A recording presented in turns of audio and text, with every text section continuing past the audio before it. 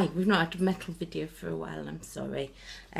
But I am looking at metal notes at the moment, and I'm seeing we have a new topic at the moment. The Trinity. Now I know we've looked at the Trinity in some of the rest of the notes and previously, and I thought, Trinity again. But actually when I read it,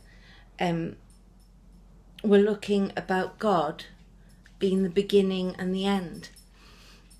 And you know, that can be really interesting to talk about. And lots of people sort of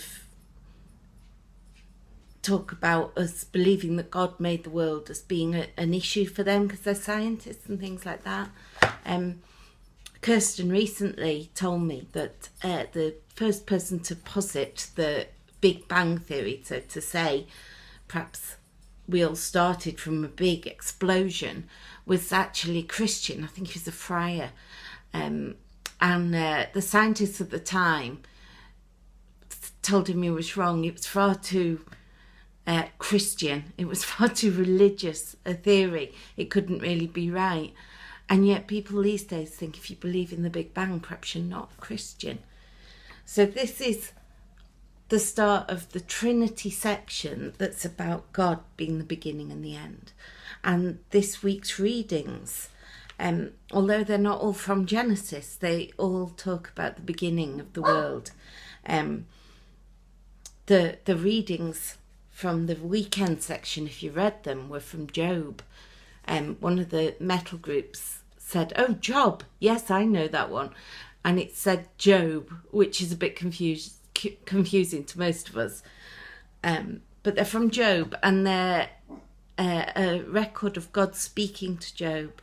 Job had a really hard time, and his faith was sorely tested because of like a bet between God and the devil, which is a bit weird in itself. And even though his faith was tempted, he never gave up his faith in God. And this part is God replying to him and saying, you know, who do you think made all of this? Who do you think made it?